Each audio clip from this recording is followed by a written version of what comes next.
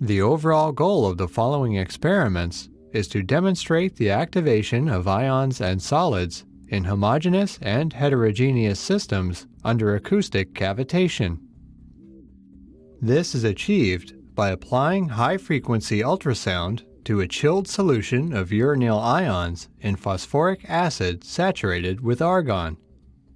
The luminescence of excited uranium can be seen by eye in a dark room and measured by spectrometer. As a second step, prepare the stable colloids of platinum nanoparticles using sonochemical reduction of platinum-4 in pure water saturated with an argon-carbon monoxide gas mixture. Next, plutonium colloids are prepared simply by sonolysis of the suspension of plutonium dioxide in pure water saturated with argon. Results show that the saturating gas, ultrasonic frequency, bulk temperature, and the composition of sonicated solution are the most critical parameters for efficient sonoluminescence and sonochemical activity.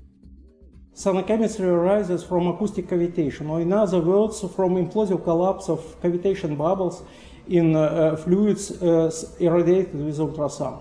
In principle, each cavitation bubble can be considered as a microreactor providing highly energetic processes at almost room temperature solutions.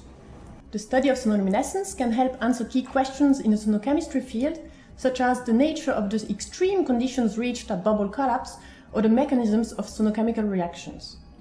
The implication of this technique extends towards the formation of nanoparticle suspension and the synthesis of catalysts because of the possibility to reduce noble metal under ultrasonic